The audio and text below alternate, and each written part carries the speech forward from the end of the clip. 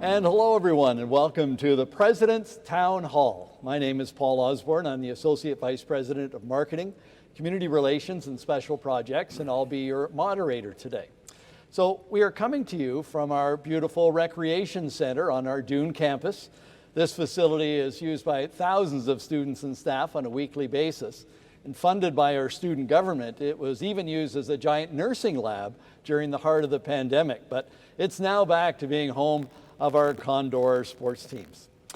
In just a moment, President Tibbits will deliver a State of the Union type of address, and after that we'll move into the question and answer part of the program. But I would like to begin by acknowledging that the land on which Conestoga is located is the traditional territory of the Anishinaabe, Haudenosaunee, and Attawandaron people.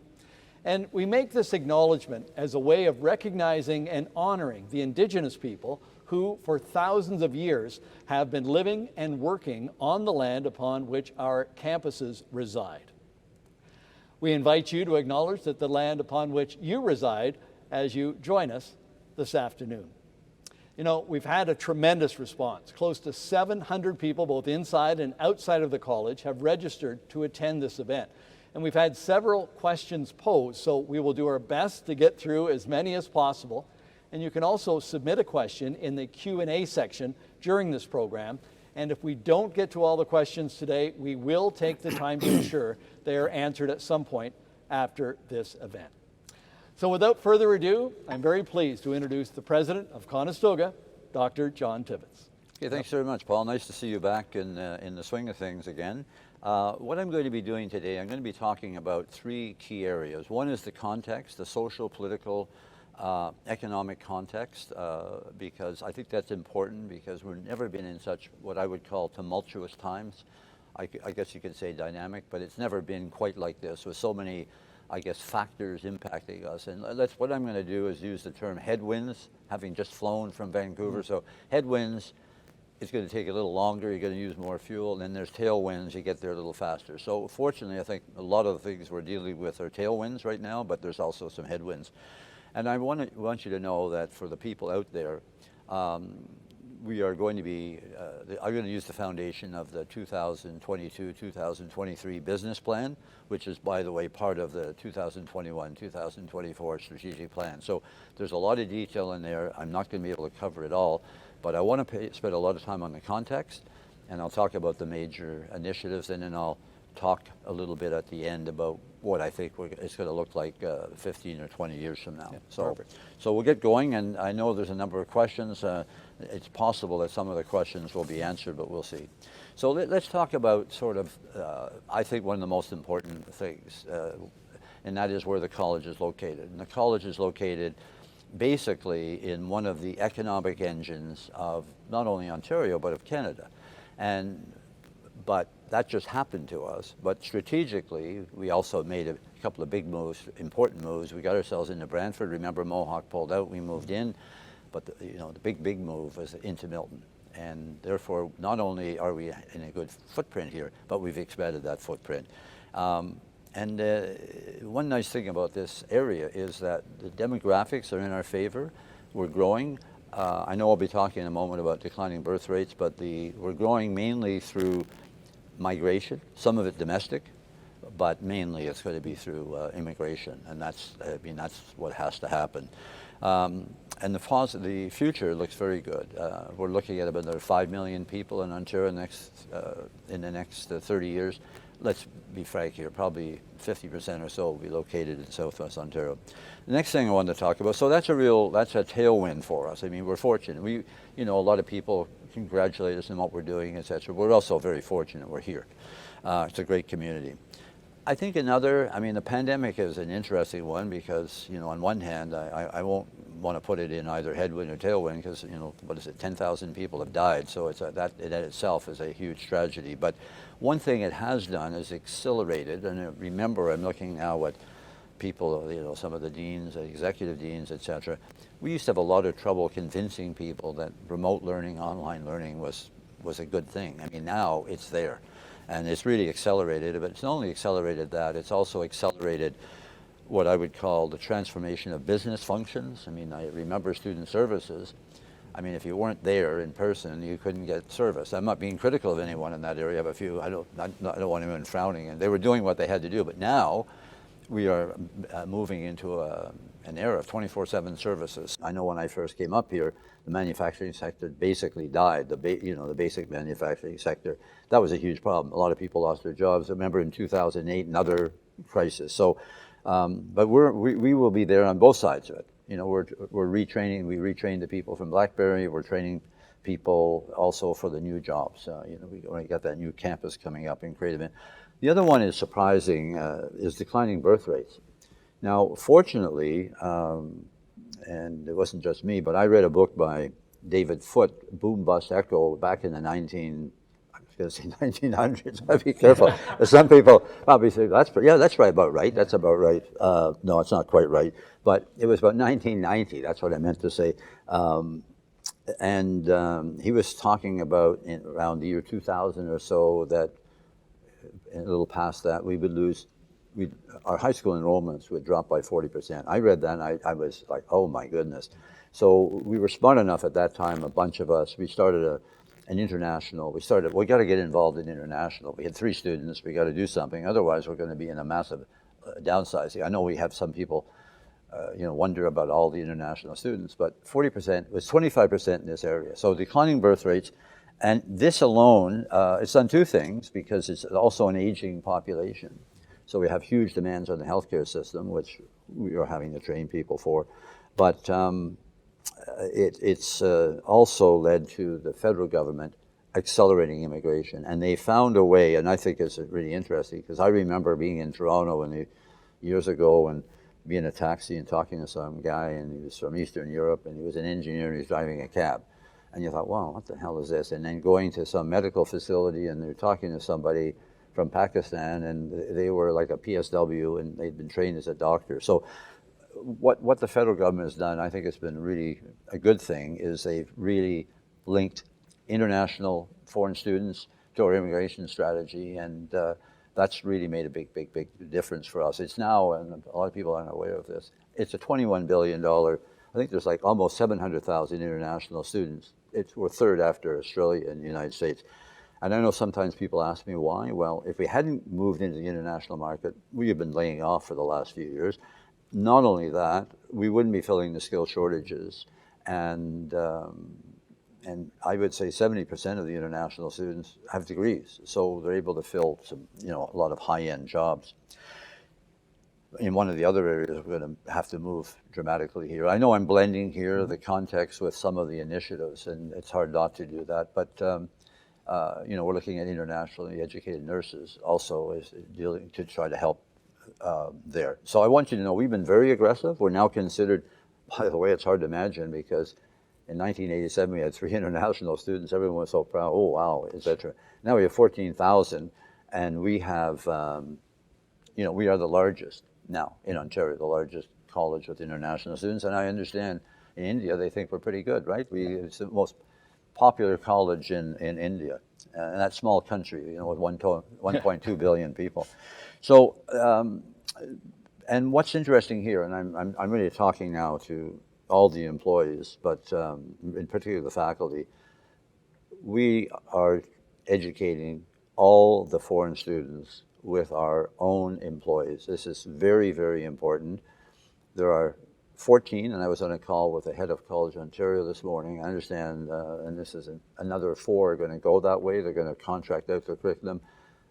I've said this publicly. I think it's a mistake. It hurts the brand, but it's also strengthening our competitors. We're not doing that, so that's why we're the fastest growing college, because every dollar that comes into the college is reinvested in human resources. It's in equipment, campuses, renovations, etc.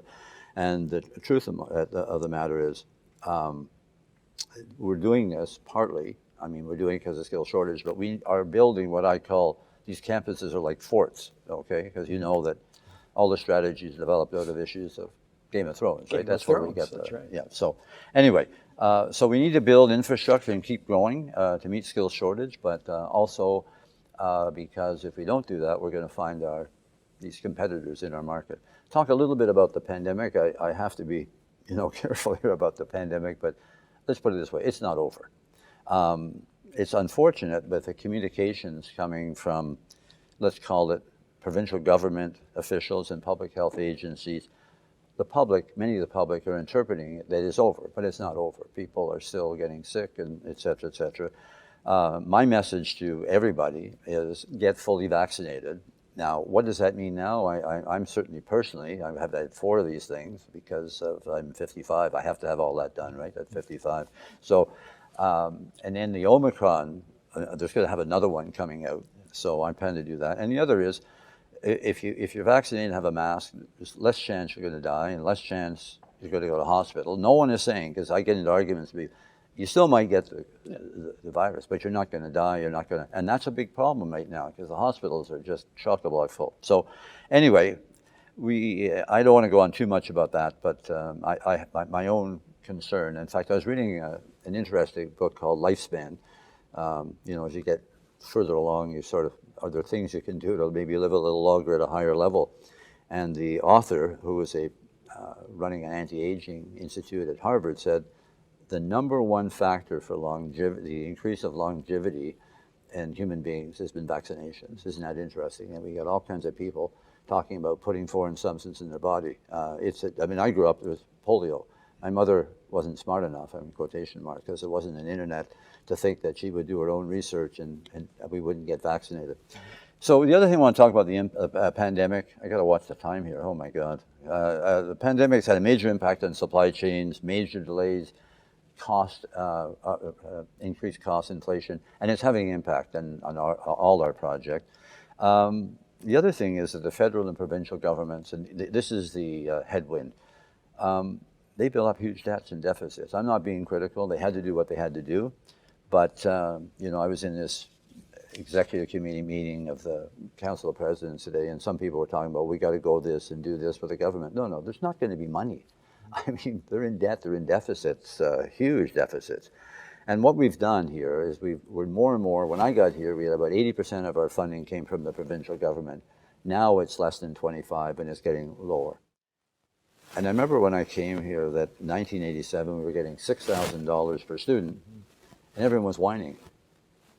Those are the good old days. We get 4,000. Now, I'm not, you know, a financial person, but I'd be interested to know what $4,000 is worth now compared to 6,000. It's a big, big difference. And almost all our capital projects, you know, employees should know, like you take Reuters, 95% of that 100-something million came from generating revenue, not from anybody coming in. It's not like the old days you go and beg the government for something. So, and our domestic grants have been frozen, the tuition was cut, and it's going to be frozen for a few more years. I don't see it changing. So the other one is climate change, and I think more and more, I mean, look, Pakistan, what is it, a third of it's flooded now? And I noticed just from a little thing, like you go play a tennis tournament, you think you're going to die now. I mean, seriously, they actually, I've played tournaments where they shut down the tournament from 12 to 4. I've never heard of that before. And those are minor things, but there's no question. We're going to have to continue to focus on that, and I'll talk a little bit more about that later. One of the big breakthroughs this year has been for us is the government granting us 3-year degrees. That's huge. That just happened. We're going to accelerate that. I'm looking at, you know, IT area and other areas of the college. I think we have an opportunity to really, you know, make a difference for students and employers. The other one I think is really interesting is that finally there's an agreement between Ontario and the the feds on daycare. And I've been talking to Granka and Barb Kelly. We're going to grow dramatically. We are probably going to double, triple our numbers as far as turning out ECE workers. And then you know, Pajman's pretty excited. We're going to get a new creative industries campus in downtown, and I think we could become the leader in Canada, because we'll be located in one of the most vibrant creative industry hubs in North America. I mean, you look at University of Waterloo, you know, what's that little place called? Laurier, et cetera, in there. I mean, I look to Pejman under his leadership with his people there. That's going to be in 10, 15 years. That could be the place, the college to come. So that's a big one. And the other thing I want to talk about, because people talk about EDI, et cetera, our demographics in Ontario are changing dramatically. When I came here, it was Germanic and British. That's what it was.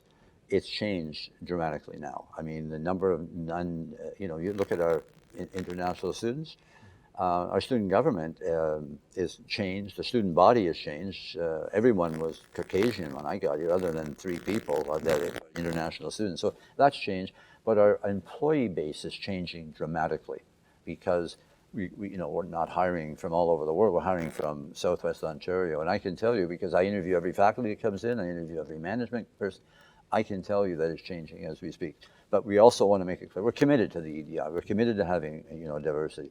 The other one I wanted to talk about, because there was some controversy this year, but the urban Indigenous population in the region of Waterloo has increased by 87% over the last decade. And we have not grown to any great extent. And the other thing is, a lot of people don't understand that the funding for this area, which was established by the provincial government, I think 11 or 12 years ago, before Truth and Reconciliation document, it focused on 3 big issues: high school dropout rates, low college completion rates, and the highest youth unemployment rate. Well, that's our wheelhouse. That we need to put more time and effort into that. There's no question we have to be part of the Truth and Reconciliation. But remember, there's 90-something, and about 6 pertain to us. There's nothing we can do about land and et cetera, et cetera. But what I want you to know is we've got to make a difference. Our wheelhouse is training and making a difference in people's lives, and we've got to do more on this file. The other one is our mission. I mean, what a great mission. Promote prosperity and well-being of the communities we serve. That's a great mission. I mean, this is not an elitist institution. We are about equity, and we are about excellence. And I can relate to that because I've told people my personal story. So my father was an unskilled steelworker, okay, way back a long time ago. And he learned to operate the open heart furnace. In those days, it was like a big 2,000-degree furnace, right? And you had to do it manually. And they thought he was sort of smart. He went to school, Sir George Williams College, which was nothing then. It's now become part of Concordia. And without that, him being able to go to school at night. My brother has a doctorate. He's a world-class researcher. I'm here, a bureaucrat, according to him, moving papers around. But the point is, we've had a pretty good career here. We wouldn't be where we are without that opportunity to have a chance. He would never have gotten to McGill. Never, because he, coming out of high school.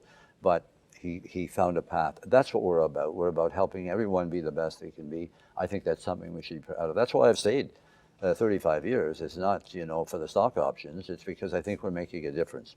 And then our culture. And it's, from my point of view, it's a culture where I think people are free to speak their minds. There's a lot of collaboration. I think a pride in the institution, et cetera, et cetera. We have a strong strategic plan, a clear strategy, and we've been bold. And what I mean by bold, what I've learned is risk-taking is great when you have high upside and a small downside. In other words, the opposite of that is buying penny stocks. Mm-hmm. The upside is, negligible. The downside is quite big. So I think we've been very, very good at that. We've made some really good decisions in that area, bold decisions, taking risks, but the right kind of risk. And then we continue to make efforts on the communication side. I think all things Conestoga, our onboarding and engagement process, and we're putting more and more resources into PD, et cetera. So anyway, that's the context. So let's face it, we've never faced anything like the pandemic, and I think we did a reasonable job. We kept people safe. No one died here. Very few people, and I don't think anyone contracted here. We took a lot of hits as far as because we were nasty people, because we insisted on vaccine mandates and masks. But looking back, I would do it again because my responsibility ultimately is health and safety. I'm not running for election. I'm being judged on how well the institution operates. So that's the context. I think a context that's a healthy one for us. I mean, I think we're in a good position because when I said we're on our own, in the old days, we were on our own back when I got here. We had declining enrollments, deficits. I wouldn't want to be on our own. We were in trouble. But now we're on our own, and quite frankly, I'm thinking more and more like a Quebecois. Maybe we just separate, go on our own. That's might be better off, I think, in many ways. So moving forward, and I'm just talking about a few things here, not everything. So I just got to look down here, but the next 5 years, and I always say that, and people, oh yeah, the next 5 years will be among the most interesting, and it's been like that for a long time. And we will undergo substantial development on all three of the pillars: quality, capacity and sustainability, and as well as transitioning. And I talked about some of that, the changing environment on multiple fronts: digital transformation, increased immigration, international students, reduced government funding. I mean, we're not going to see. We'll see funding in a few areas, and I'll talk about that, but not in general. But I believe we'll play an even bigger role because, look, we're just getting started in Brantford and Milton, but I think we'll play a bigger role. And we're certainly going to assist with the major shortages, with trades, the healthcare file, which is a massive crisis, and the one in digital. So let me talk a little bit about quality, the program quality. I think, quite frankly, we've done well, and thanks to Dr. Kelly and her team. I remember when she first came in, we were struggling a little bit, but we always have a history of success in these provincial audits. We've done very well. We demonstrate excellence in our programming. We also have probably the strongest APR and MPR processes, annual program review, major program review, and we continue to invest in that. I think my understanding is the envy of many colleges, because that's the other side of it. And I always talk about, I mean, if you play sports, you know that every day you get up, you got to try to get a little better. I mean, I have a lot of friends, they always tell me what they're going to do, and they never do it. But if you don't do it that day, if you don't do something that day, and even if it's a recovery day, you know what you're doing something. You're not just looking out the window. As I have one friend of mine, I won't go on, but always telling me all the things that she's going to do, and it's never been done. So you got to get up in the morning with a plan, a purpose, and I think that's what we've tried to do here. And we've been doing that with the program quality. The student success, there's a really interesting initiative here. I think and I want people to know in the career services, I think we've been very good in the career services, but we're talking about another level. We're talking about establishing a talent hub. And we were very fortunate. We have a donor who has put $3 million in Helena Webb's name, Helen Webb Fund. I think it's now at 3.3 or something million. And it'll allow us to be a leader. And Helena was the executive director, reported to me, was the head of worked with the president, three presidents in a row, had been in the college 40 years and was recognized. I mean, there's no question, I will say that publicly. I think I've done a reasonable job, but she made a big difference. Well, first of all, she knew how to tell people no with that English accent. They felt they were talking to the Queen, so they said, okay, that's it. Whereas I have more trouble with that. She could tell people no with a smile. I don't mean laughing at them, but a nice way. So these services will be located in the Cowan Welcome Centers, and the Cowan Foundation has been very generous to us across all campus locations. We're going to start, we'll have one at DTK, another one at Reuter, but eventually they'll be across every campus. And the idea is to make Conestoga more attractive to potential domestic and international students, provide more professional support for employers. And our vision is to be, this may sound, it may sound very aggressive, but I remember when I talked about degrees, and you remember that, people would laugh at me. I said, one day we'll have degrees, and I remember, I love Louise and Amanda, she just, yeah, sure, John, sure. And we have degrees. And I tell you, we're going to have masters at some point. We're going to be the talent development engine for our region. Okay, that's what we're going to be. That's pretty bold. But once again, if you're talking about sports, if your goal is to, win the Soper Club Championship, that's one thing. If your goal is to be a national player, that's another. So we want to be a world player, and we want to support the career success, but of all our students, because we want to ensure that students, from the time they apply to when they finish their careers, can have access to these services. And they'll be 24/7, we talked about that, but they'll also be in person, and there'll be a basic service, and then there'll be a more elaborate one that there might be some charges to. So we'll have a one-stop delivery for everyone, and including the community, and we're going to ensure we'll be adding space, we'll be adding software, we'll be adding staff, etc.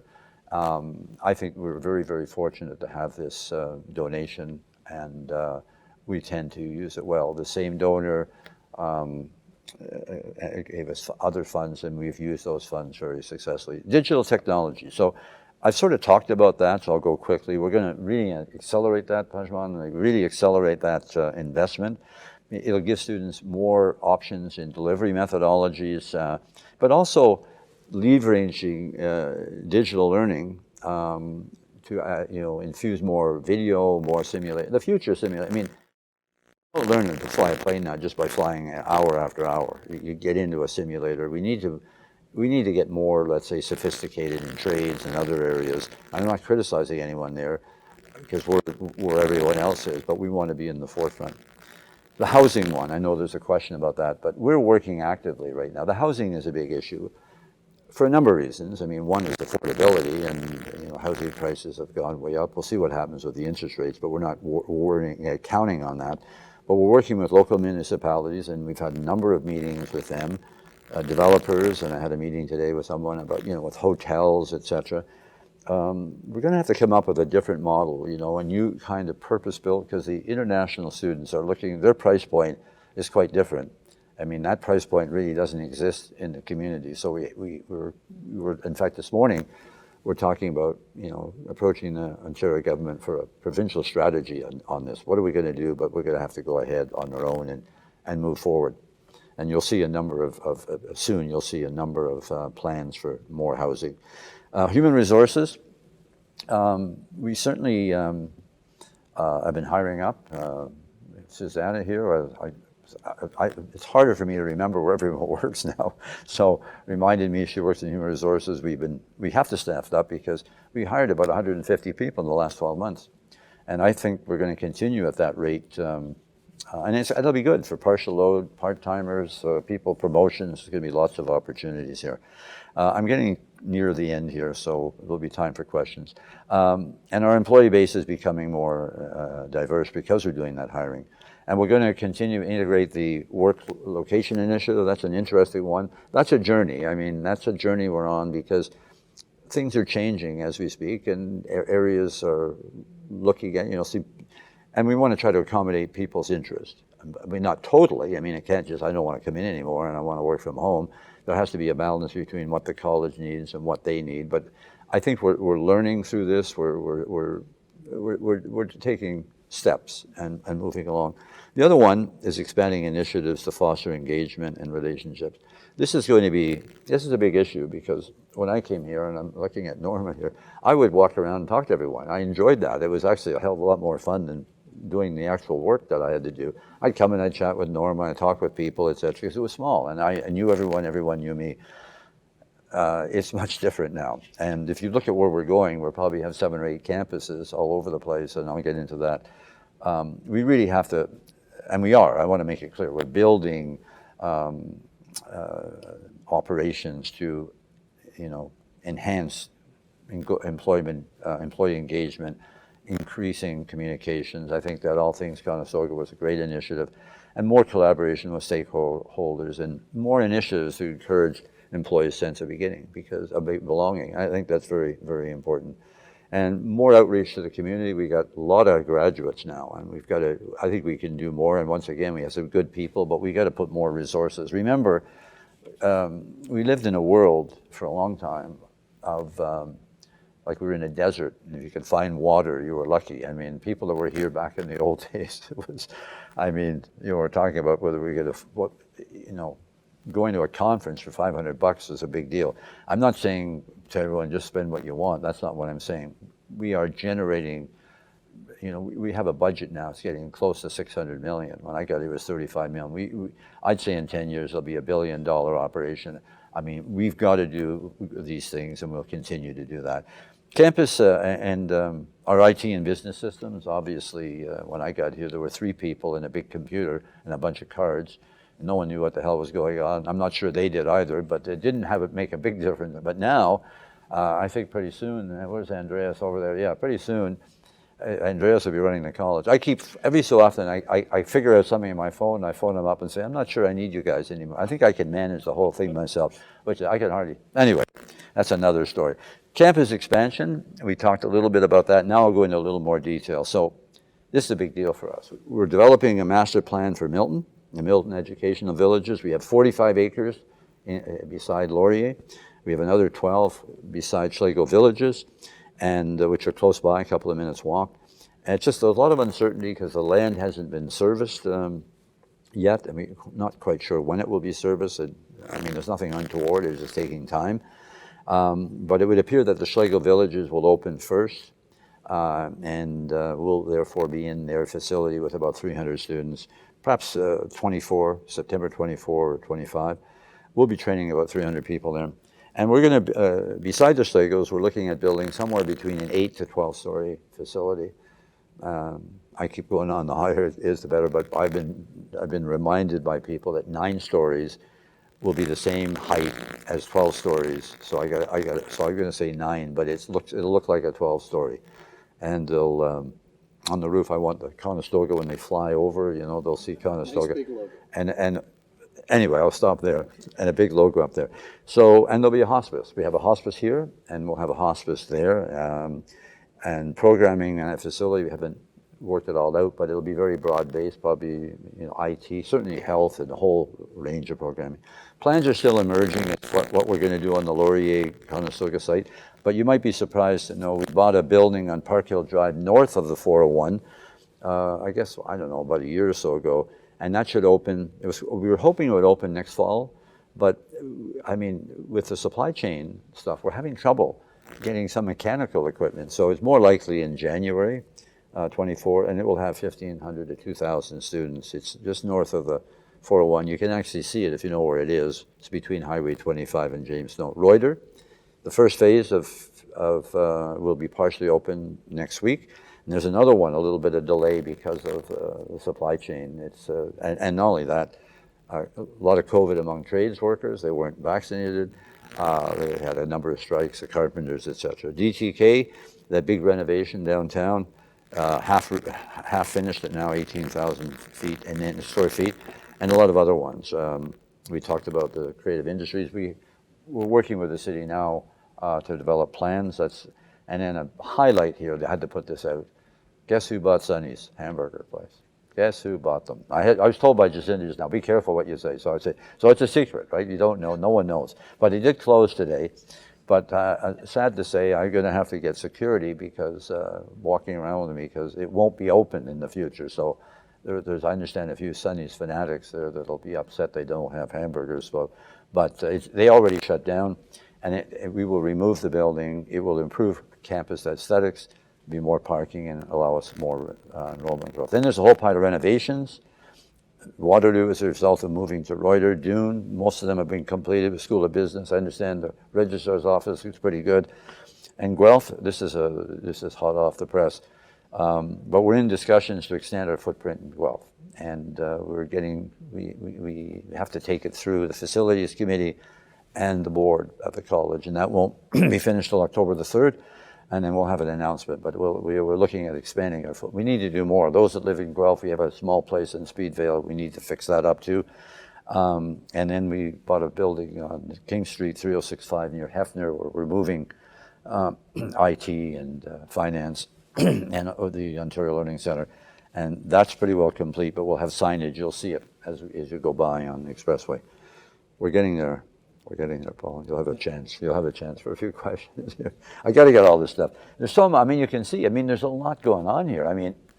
I would never imagine in 1987 when I got here that we'd be in this situation. No one, and that's what people don't understand about planning and leadership. You don't have a straight line from here to there. You go here, then you go there, and you go there, and you back, and you go this, and that's what's happened. But all with the idea of we're serving the community. Enrollment growth and diversification, that's a big issue. A lot of students from one part of the world. We've hired full-time people. Sorry, there's probably the air conditioning in here. Hired full-time people now, Brazil, Bruno, and we're very happy with that. Full-time people, a person in Brazil, Mexico, Eastern Europe, Vietnam, Philippines. We got to really, and it's not totally our issue. The federal government is approving more visas from India because of the English language issue. And then we're also more efforts to recruit more Indigenous students. And looking at Sean here, I can't go into more detail, but we've got a really interesting land-based partnership with a municipality and Indigenous group, which should be announced this fall, correct? This will be an unbelievable partnership, and we're hoping it'll be announced this fall. And then, you know, the healthcare workers, I'm convinced the government will pour money. It's a huge crisis. They got a big problem. So we can train more PSWs, RPNs, and continue to expand our programs in IT, accelerate the 3-year degrees, and also continue to expand our applied research capacity. We're going to bring it to closure here and getting close. So sustainability. That's really about optimizing organizational performance, continuous efforts to prove efficiency and effectiveness. Now, 20 years ago, I'll give you an example of just one example. We had less than 200 students here in the summer semester. In fact, one of the big issues, what was the food services? Well, you can't have many food services. We now have at least 12,000. And so that's just one example. And we're using the facilities. It's not quite 24/7, but we're using the facilities. So much better use of facilities and equipment. And the 3065 King will allow us to bring more administrators over there and have more learning spaces at Dune. I want to just talk about a couple of examples. Some of you probably aren't aware that the Cambridge campus, when it was built in 2011, is mainly off the grid in the summer months when a sunny day.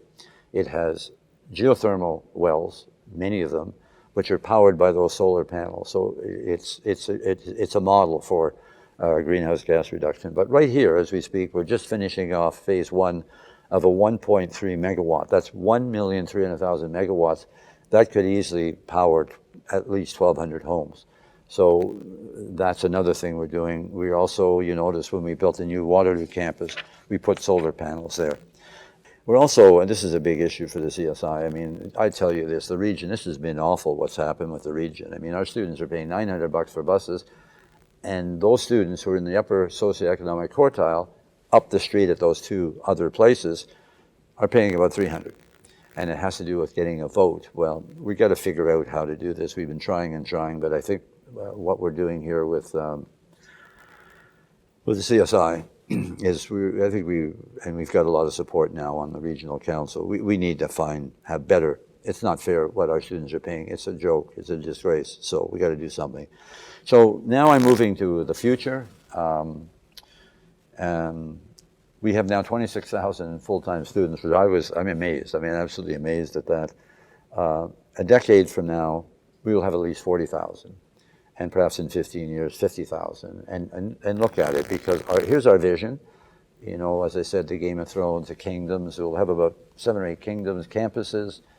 Certainly, you can see what they are, Guelph, Milton, Brantford, with at least 5,000 students. Now, I think this is a better model than having 50,000 students like York on one campus. I mean, I think one of the things I hear from the old guard is not what it used to be. It used to be small, we knew one another. But if we can have campuses where maximum 8,000 to 10,000, that's not bad, as opposed to these monolithic places. So, and I think that's realizable. I think you'll start to see that form up in the next 4 or 5 years, and we'll have master's degrees. You've heard it here. We're going to have master's degrees because we can do that. We could offer certainly nurse practitioners. There's no reason why we couldn't. That's a master's level. There's no reason we couldn't offer an MBA, and we wouldn't have to charge, you know, $70,000 a year for something like that. It's just anyway. I think we could offer a good one, and some in the engineering we could do that. So in 20 years, this will be good for your sports teams. Although I've been thinking about that, Andrew, is that if 7 campuses, how do we get the top athletes here to play on the team? So I got to think about that one. Maybe by then they'll have telekinesis or something, and except that I'd be nervous about after watching that Fly movie. Although that could be, I mean, maybe you need a couple of basketball players with some Fly DNA in them. I mean, think of what they could do. So anyway, but we will be the largest, most comprehensive college in Canada. I will probably not be the president 20 years from now. I'm not sure I'll be on this earth 20 years from now, but we will be the largest. We've been recognized as a leader in quality, entrepreneurialism, close ties, and probably one of the top research colleges. So, look, for the younger employees, and I always say this, I've been saying it for about 15 years, I understand when I read this book called Lifespan, they say one day people will live 120. I don't want to get the senior management nervous, but I'm looking at some cell regeneration. Maybe I'll start with my voice, but cell regeneration, maybe, who knows what can happen. But I think we're looking at a bold new world here. The world's changing dramatically, And we're going to be a very important part of that. We are now, but we're going to be a bigger player. And I think we can take pride in the fact that we are dealing with everyone, all the employers. We deal with a full range of the people. When people wake up in the morning, it should feel, that's why I've stayed 35 years.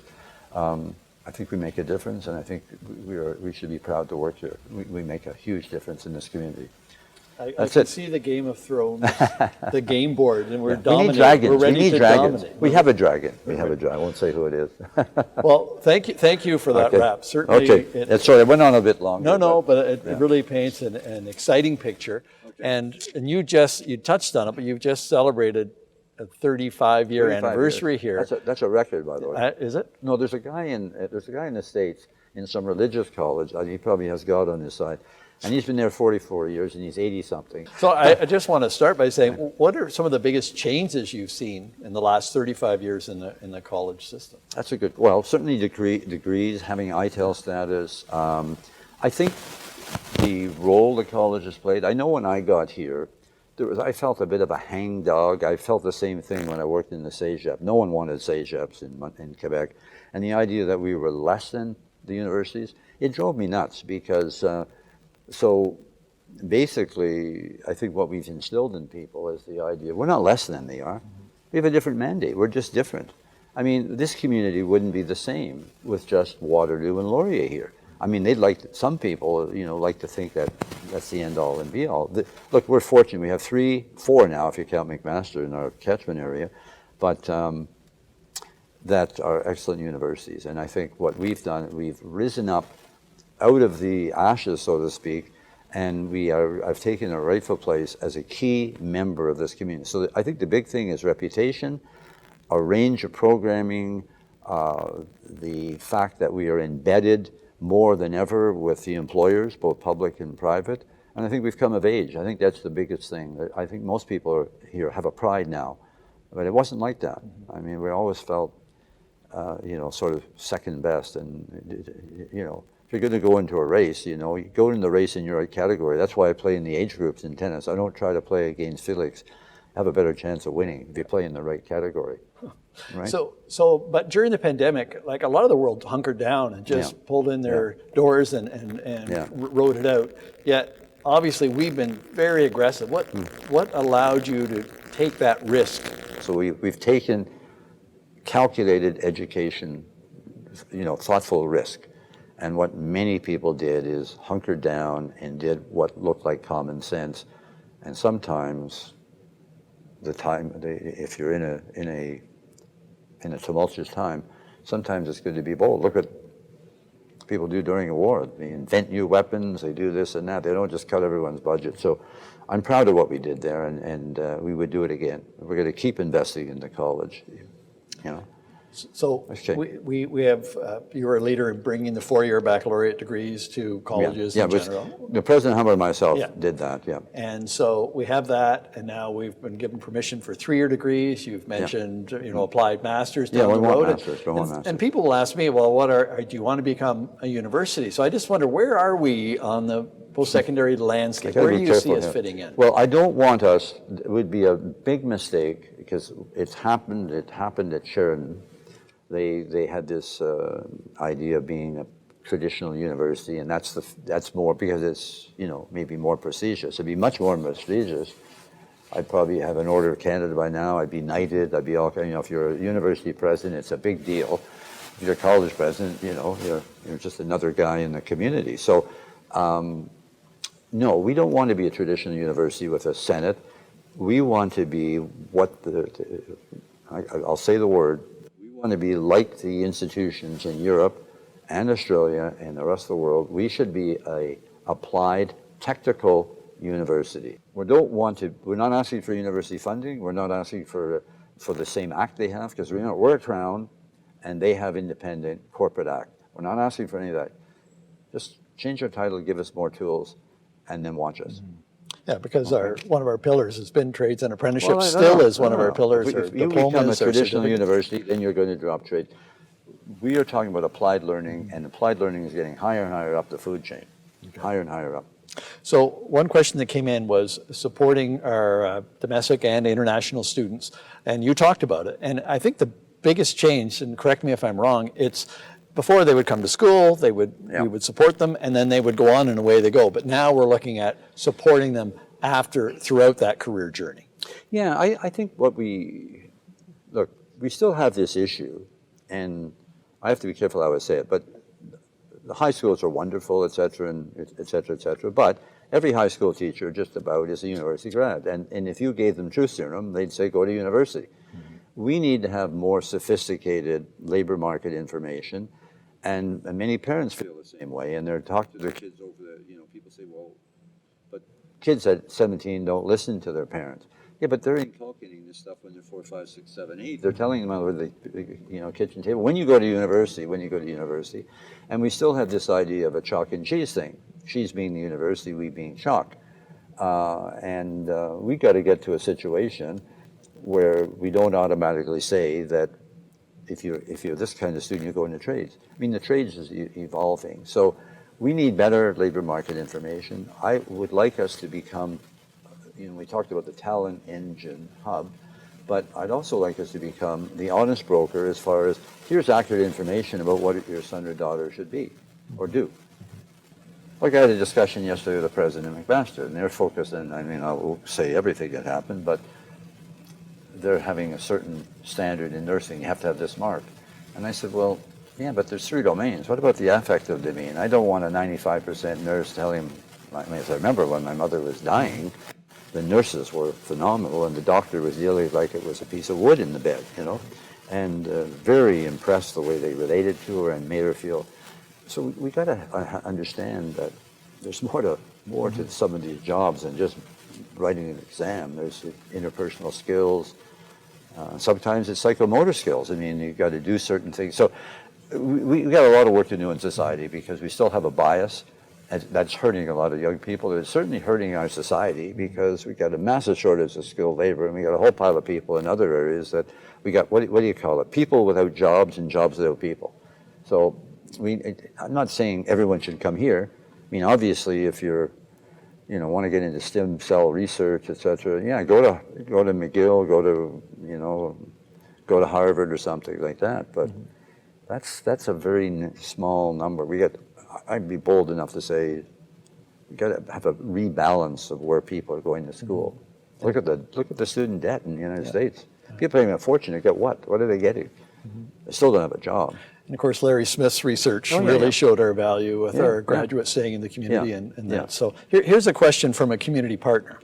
So Conestoga remains a key contributor to Canadian immigration and continues to form local and global partnerships. When it comes to industry partnerships and international alliances, what kind of research is valuable to Conestoga as we move forward in 2023? So what research should we look to partner with? You're finding our applied research and what sort of areas are we interested in growing? Well, okay, we have obviously one of them, Veronique Boscar, Dr. Boscar, that Canadian Institute for Seniors Care that's a world-class institution. And we have a means, and I wrote it down what it is, but anyway, the whole thing in health and safety issues. In the food processing area, we're doing some research. Certainly the area of entrepreneur with Rose, et cetera. So I see we need to expand further in that area, but I think it's fair to say we're building our capacity. We're still relatively new in that 10 or 15 years. We've not been in that since the beginning. So are you saying the research we need to do or the research they need to do? I think the research that we need to do, what partnerships we might have or seeking. Well, certainly in the seniors care, we have a lot of partnerships with long-term care operators, with community health, with hospitals, et cetera. So those are well established. Engineering, we have a very strong relationship with Linamar, with Toyota, et cetera. They're usually based on our students finding jobs there and doing co-op placements. That's where a lot of it starts. It starts because there's still people out there. I haven't, maybe I'm out to lunch in my neighborhood. I mean, there's only 40 people, but there's still people that are surprised we offer degrees, and we've been offering them in 2001. I've told this woman a few times. Now, I don't know what the issue is, but I still don't think people know enough about us, so we've got to keep getting our message out there about what we do. So I don't know if that's a very good answer. I mean, there's so many employers. we've been dealing with also, like now we deal with the Aerospace Council. We deal with Auto Parts Manufacturing Association, but often it's based on someone, outreach from co-op. If a co-op student goes there, and that's how we often get involved at this point in time in the research, or someone, as I said, approaches us. Yeah, and people are anxious, excited, coming back onto campus again this fall. And just maybe a quick oversight of what that's going to look like, what it's going to feel like. I would recommend, even though you may think everything is fine, that to wear a mask. And I'd also recommend that, whatever vaccinations you're eligible for to get them, I think that's common sense. I think already having this, and, I actually have an audience here, see, that's why I'm probably going on. I don't get out much anymore, so I have some people I can talk to. Yeah, I think it'll be exciting. I just think we'll have to be prudent and when we're on campus, but 26,000 people, not everyone's going to be here because some people are going to study online, but in particularly for the international students, I think this is very important that they're on campus, and those in healthcare programs, engineering, et cetera, that they're here. I know they were here before, but in a more fulsome sense. Mm-hmm. And, in past years, we've been, college has been quite nice to give us a college-designated holiday close to Christmas. I have to think about this one. I'm not sure about this. Is that happening again this year, President? Yeah, this is a set-up question. I'm not sure. Let me think about that. You're talking about Time's December. up. You're talking about December 23rd? I don't know. Let me ask the audience. What do you think? Should we give people a December 23rd? Yeah. Okay, it's done. I told you about collaboration and team effort. Like I was confused, but once I got the clap, that's good. We're good to go. Yeah. Okay. Well, you've heard it here first, then December 23rd, so a college-designated holiday. Good. I think for those individuals who are unable to take the 23rd off because they may be working in certain areas, your managers will advise you what the alternatives are. So that's a great way to end this. John, thanks for your candor today. You've painted a very exciting picture of our future, and the last 2.5 years have been difficult. We still have some challenging times ahead for sure, but we have learned much and during that time, and our trajectory is impressive. So just to end, I'd like to thank our employee experience and development area, our broadcasting team, our IT department, and the staff here at the Rec Center that put this event together. So thank you for joining us, and have a great day. Yeah, thank you, Paul, too. I think you're back. Oh, we're back. Yeah. Okay.